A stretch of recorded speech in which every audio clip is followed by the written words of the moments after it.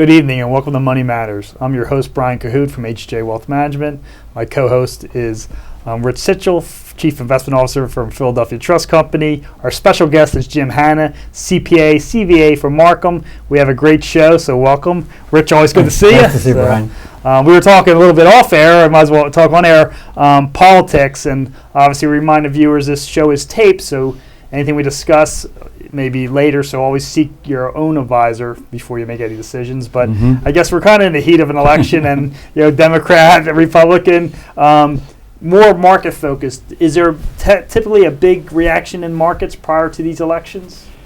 Typically not, and I guess the other thing too is that you always figure that Republicans you'll have a better market with a Republican, right. And many times it's a Democrat, and it's not a recommendation on my part. It's more timing. And whether recession hits, it happens, it would have hit whoever was there. Things are getting better, it probably would have happened whoever is there. So I think everybody likes to pat themselves on the back that, hey, the market did well while I was there, right, or we had the Congress that we wanted. And typically it's just a timing issue. And we think the market can continue to go higher. It's a rough start to the year, and the political situation thus far, and yes, probably when people are seeing this, will still be very much something we've never seen before. Right. Yeah, it should be interesting nonetheless, right? Right. So we talked about volatility, or you touched on it. So I think people always say, we've had a lot more volatility. This probably been for a number of years that the markets have been a lot more volatile. What do you tell clients? Do you see opportunities of volatility? Is here to stay, and you're just kind of stuck with it? I did have one person say, well, I'll invest when you let me know that everything is okay in the world. And I said, well, I'll never call you. Yeah, right. There were always issues. You let me know. I'll be the first thing. It doesn't happen. And the market climbs a wall of worry and all those things that we've heard over the past. And it's true. There are always issues. It always seems as though the issues are the names change. There's always issues. Sure. It does seem as though lately there's even more than normal. Yeah. Maybe there is. But typically if you're waiting for various things to get better, the market will do its own thing. And the market really runs on earnings. And if you believe that the economy is relatively strong, which we think it is, and that stocks are not overvalued in general on the Standard & Poor's with the forward price earnings, that you can be a long-term investor and don't get caught up every day and is oil up $1, is it down $1, or what did Putin say, or who knows what with the political situation. So you can only sort of drive yourself into selling stocks when they're going down if you get into that day-to-day those issues. It's too much. You shouldn't do it. And long-term, when you do have that volatility, it's an opportunity to step up and say, hey, here's a great company. It's cheaper today than it was. It's on sale. Let me buy some more and give it time. Yeah, no, I agree. I mean, everyone hears, the buy low, sell high, and yet they tend to want to do the opposite, right? Like let me know when things are better. That's usually when the market's up, not down, right? So you're buying back high. Yeah, the psychology of it is not easy. Right. And when everything is going the wrong way, first thought, I should you have to react. And if you're in the market for 3 months or a year, you shouldn't be in stocks anyway. Sure. Right. But you're in it for the long term, which I think most people should be, regardless of their age. They should have some stocks that you ride these things through and you look for opportunities. Yeah, that's a great advice. I keep hearing the R word thrown out, and the definitely R being recession. Oh, I thought it was Reagan. No, we wish, right? R being recession, and then now people are kind of slicing it, though, we're in a manufacturing recession or an earnings recession. I certainly don't think we're headed to a recession. What's your take, or what are you guys thinking about? The growth has been painfully slow, and typically when you come out of a recession, or a terrible one as we did, the 08, it was one of the worst in history, that you would have higher growth at some point, and it's sort of limping along at 2% growth. A lot has changed in the economy. Some of it might be difficult to measure. It's not just as it used to be, well, the factories are doing this and the auto companies are doing that and the steel mills. It's more difficult to measure how productive we are, how productive the tech people are. But I think tech creates so much productivity that it will help the economy going ahead. And yeah, we'd rather see a little higher growth, but we sure don't have inflation to worry about. Yep. And if you're a borrower, that's great. And if you're a saver, you're Not out so of good. luck. Right. So, yeah. We always talk interest rates, which you touched on as well. Obviously, the Fed recently has raised rates. There's some concern they might be overly aggressive raising rates. The data seems mixed.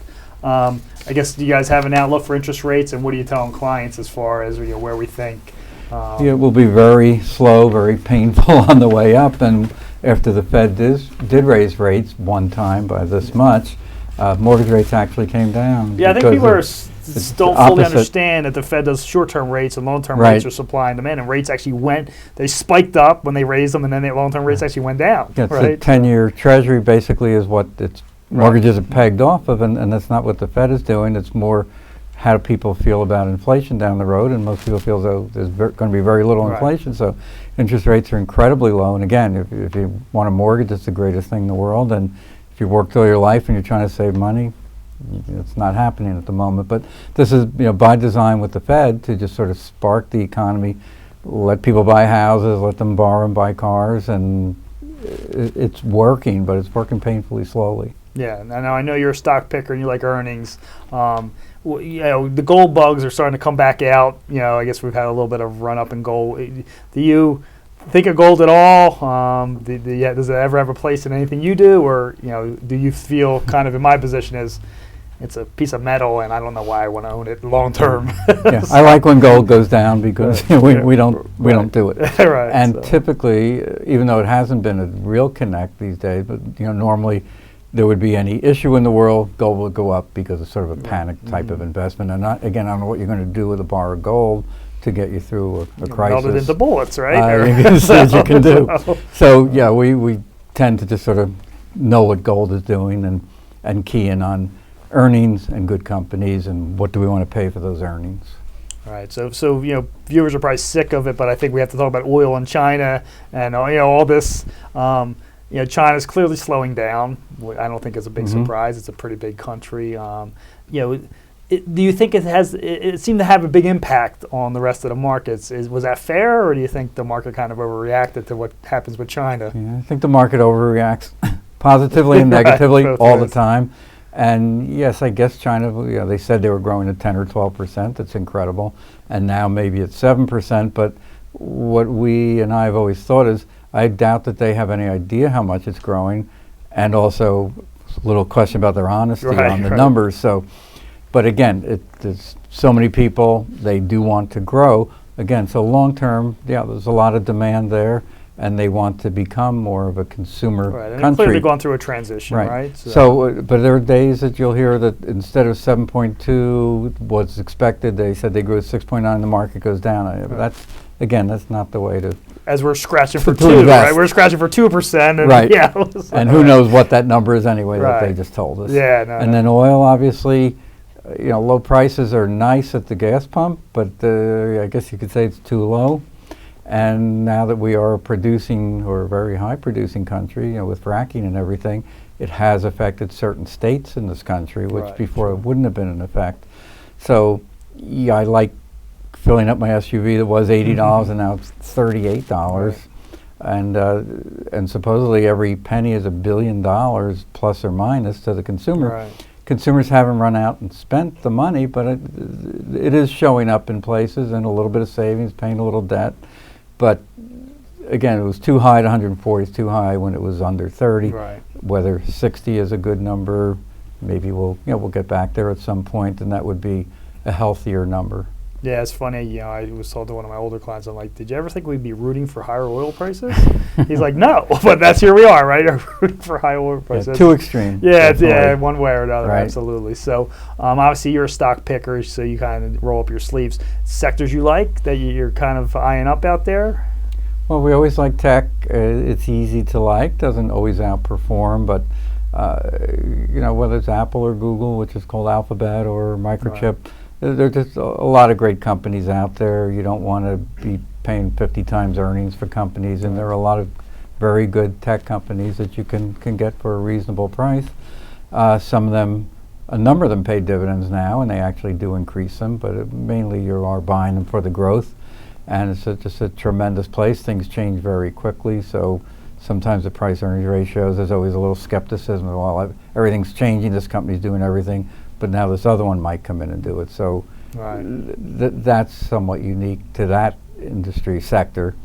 And then healthcare typically has it's been an outperformer for a number of years, and they have had years with healthcare was definitely an underperformer, but medical devices, Medtronic, pacemakers, Quest Diagnostics, people are getting older, whatever Obamacare does for all of this, and innovation, which again is obviously tech mixed in there, and a company that can innovate can do quite well. So those are two of that we like a lot. Nice. What do you do for clients that are looking for yield, which is hard to come by? So. Well, there are dividend stocks. There are a lot of stocks that'll pay 2 or 2.5%, and that doesn't sound like a lot, but it's higher than the 10-year Treasury, right? Nothing, right? And that's about it's less than 2. And there are a number of stocks like Verizon that pays about 5%, AT&T, and the nice thing about those companies is they can afford to pay it. They increase the dividend every year by 5, 10, 15%.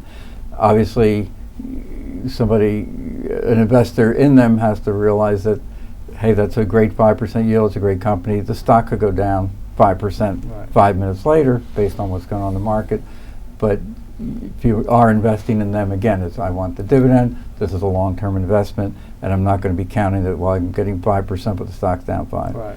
But there are some very good stocks out there. Some are utilities, some are telecom, and even some of the consumer stocks pay 3% yields. Yeah. So again, it's all relative. It's pretty good numbers. I mean, that's I got scared when everyone's kind of pushing in, not as much anymore.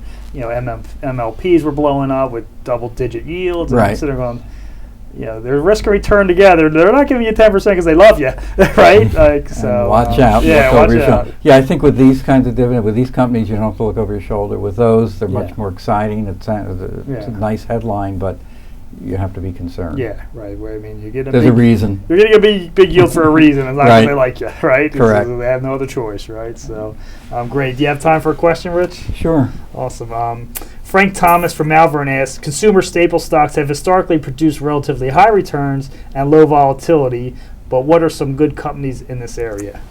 Okay, that does get into a little bit of what I was saying about dividends. We like Kraft, or Kraft Heinz as it's called, Procter & Gamble. These are some of the biggest companies in the world, and that's okay. They're multinational. They get 50 to 75% of their growth from overseas, or earnings from overseas. And we're more comfortable getting the growth in China or Russia or Brazil or India that way rather than directly investing. It's too volatile. And the two companies I mentioned are yielding 3.2%.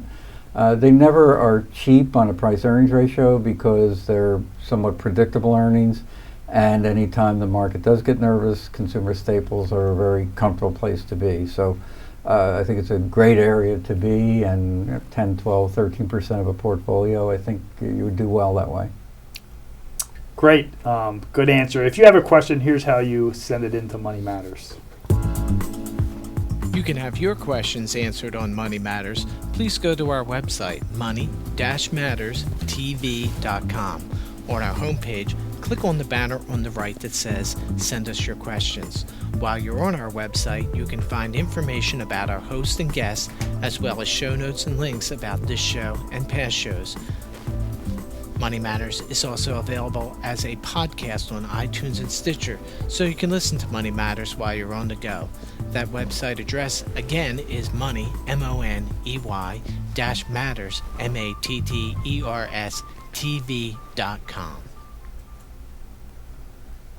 Welcome back. Now it's time for our special guest, Jim Hanna, CPA, CVA, Marcum. So you're in the throes of tax season, so anything new going on that people should be aware of? There's a lot. There's a lot. It's a really exciting time in terms of the tax world. We have this new, what's called the PATH Act. PATH was enacted at the end of 2015, and it's an acronym. That's not the train that the people take to Port Jersey, Authority right? I'm glad you're interested in some humor, because PATH stands for Protecting Americans from Tax Hikes. Okay. I like to say give it a different name. I say it's a permanent attack on tax hoopla. By that I mean we're lucky that a lot of the legislation that had to be renewed each year has now become permanent. Right. So it's an end to hoopla. In the past, the legislators almost like to keep tax practitioners and the American public in the dark regarding many features of the tax code. Now we'll be able to do and conduct much more predictable planning for clientele because a lot of these last minute extenders kind of, oh good. Yeah, now unfortunately the legislature has stripped from themselves their ability to make these dramatic announcements at year end, but it sure has helped the American public. We need to sort of put things in perspective and realize that the middle class taxpayer is carrying quite a burden, simply because the lower end is somewhat excused from taxes. There's many benefits that accrue to lower, let's call them bracket taxpayers. But as your income increases, there are phase outs of those benefits. Yeah. And as you get into the higher bracket, some benefits are phased out entirely. It's really important to stay in close touch with your CPA. I tell everyone, make your CPA your best friend. Investing and tax savings are inextricably intertwined, and you really need to work with your team, your professional team, to make sure you're saving money. If people save a little on a fee with let's say with an investment advisor, a tax advisor might save you a great deal of money by making sure your affairs are properly organized. But your tax advisor needs to know the intimate details of your life and your family arrangements. How many children are we planning for education? What's the best vehicle for saving for education? Is it a Section 529 plan? Or should we let our child avail themselves of the new American Opportunity Tax Credit? What's been made permanent now is a tax credit of $2,500 per year for 4 years of education beyond high school. So the question is, what will be more valuable to the family as a unit from a tax saving standpoint? So that's why we say make your CPA your best friend. Make sure you're working on multi-year tax planning. Many people assume the CPA is simply tabulating the numbers for the prior year. That's really a misuse of CPA services. Mm-hmm. The best use of a CPA would be to discuss your 5-year, 10-year, 20-year plans. Let them know what's coming up on the horizon, and then meet with them at least twice a year, sometimes 4 times a year, to keep them informed. Are you thinking about the vacation home, whether it's affordable? Are you thinking about whether you should buy the luxury automobile? Incidentally, the bonus depreciation rules have been increased in a fabulous way. It used to be on a luxury car, first year depreciation was only about $3,000. That's been increased by $8,000. So the depreciation deduction on a luxury car now is up to $11,000. So there's a lot of these nuances, but one other we ought to talk about. Those who are in the food business, whether it's restaurant, catering, whatever it might be, maybe wholesale distribution, a charitable contribution can be taken for donations of food, and it can be taken for an excess of the cost. The amount that can be deducted is the lower of the cost of the food plus 50% of whatever the selling price of that margin would be, or twice the cost, whichever's lower. Okay. So this is very nice to know.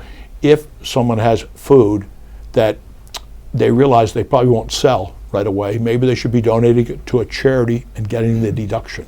Now there's certain limitations for corporations.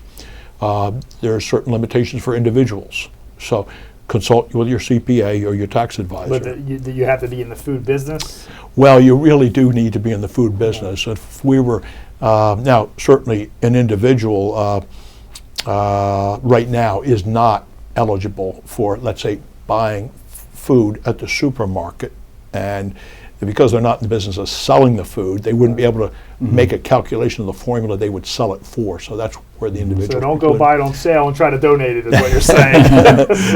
But as far as great opportunities, the Section 1 for businesses, the Section 179 expenses become permanent at $500,000 179 means any assets that are purchased can be written off 100%. It really simplifies accounting because the accountant no longer has to calculate double declining balance depreciation or straight line depreciation or make any decisions. What do you see? And you do a lot of small businesses, what we call small.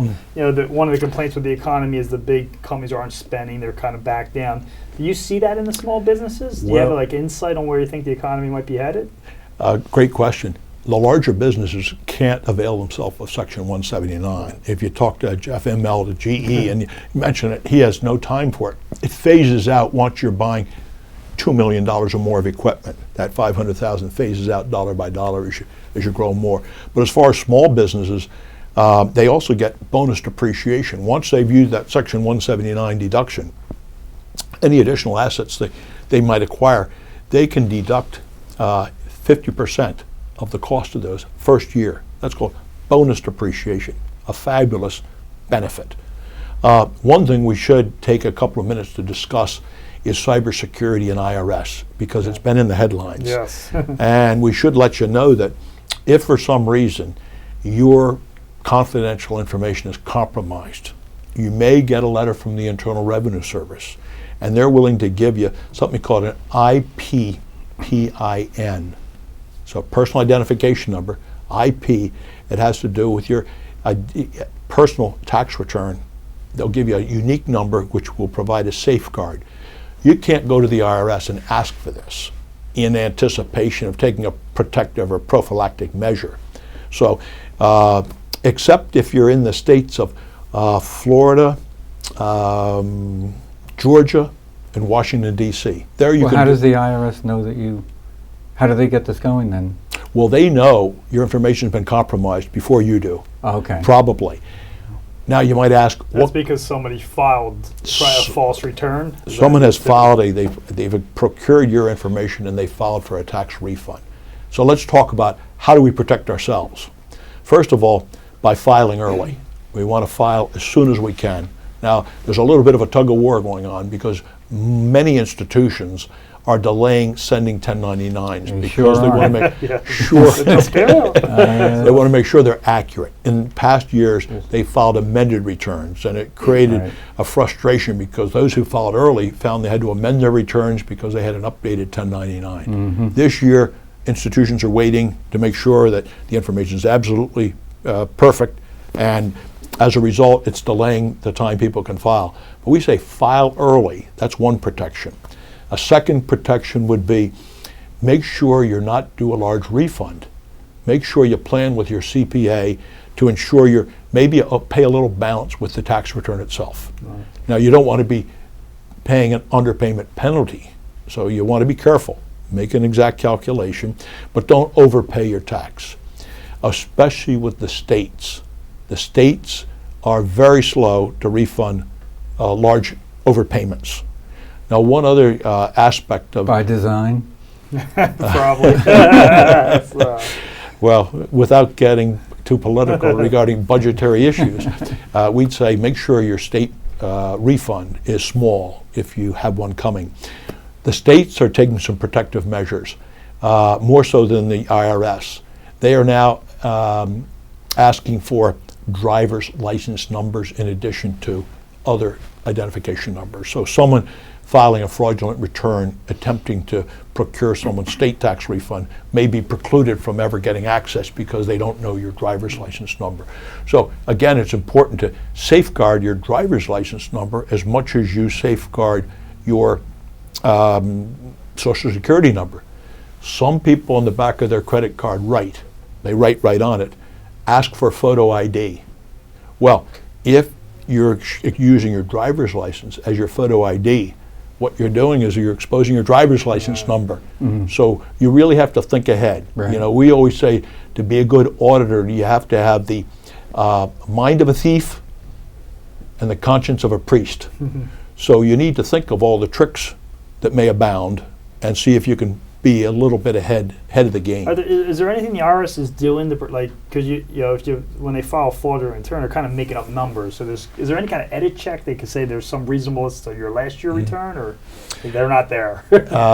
We haven't heard a report yet. Okay. Now, obviously, they have a cross check, because if a fraudster has filed a return under your name, and then you file your return, they're alerted there's been a fraud.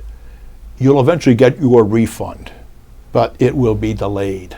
So we simply need to take steps every day, for our protection. But as far as some other great things regarding this new tax act, we should let you know, child care credits.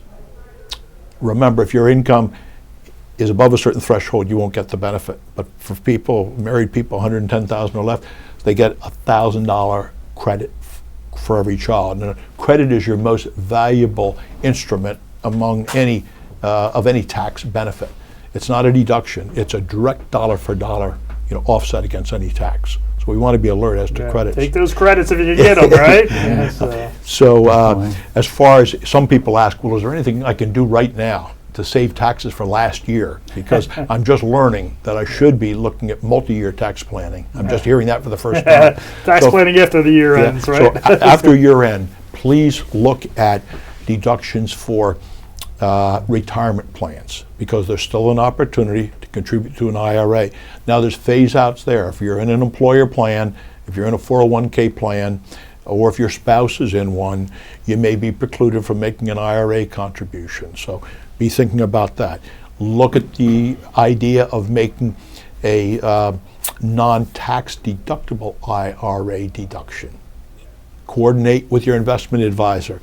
See if it makes sense to be making a non-deductible contribution. You may be able to convert that to a Roth, right? If things line up. That's exactly right. And every year we should be speaking to an investment advisor, teaming up and seeing if there's any regular traditional IRAs that we should be converting to Roths. Because remember, the Roth never gets income taxed. It doesn't get income taxed upon your demise. There's no required payout of that upon your demise. There will be in time regarding your heirs. A Roth IRA is estate taxed, but remember, the estate tax now is it's $5,430,000. So on a joint, let's say a couple can put away almost $11 million without worrying about federal estate tax. There's still some planning due because of state inheritance and state estate taxes. So if you're a resident of Pennsylvania or New Jersey or New York or Florida, make sure you sit down with your tax advisor and do some estate planning for inheritance tax purposes. There's ways you can keep inheritance tax down as well. Jim, as we wind down here, we talked about politics early. In 30 seconds or less, do you see the political climate change? And everyone's talking about tax reform. Sounds like tax increases. What are you guys bracing for with this election? Well, this is sort of an ideological question. In terms of receiving true tax reform, I'd say it's probably unlikely I'm a little bit older, during my lifetime. We'll probably have to end it there. So you're saying we're not going to see much happening, right? I wish we had more time.